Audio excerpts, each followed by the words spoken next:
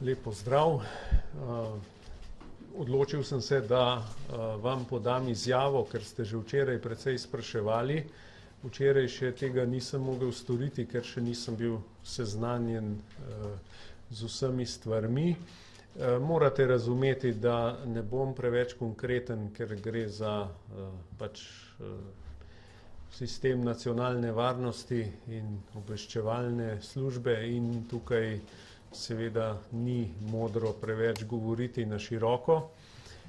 Moram povedati, da je bil na seji vlade na zaprtem delu prisoten direktor Sove, ki nam je razložil situacijo, se pravi tako širše na Balkanu, kot pa tudi v dotični zadevi.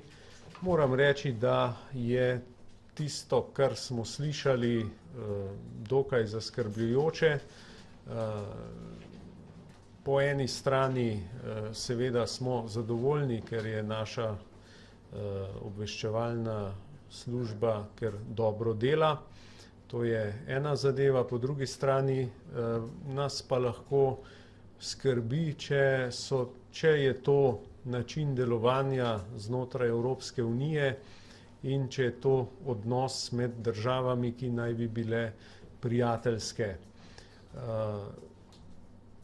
Dejstvo je, da je arbitražni postopek zaključen, da je bilo takrat tudi, da je bil pogoj za vstop Hrvaške v Evropsko unijo tudi sprejem tega arbitražnega postopka in zato smo seveda tisto, kar smo danes izvedeli, tisto nas ravno ni navdalo z optimizmom, kar se tiče medsosedskih odnosov oziroma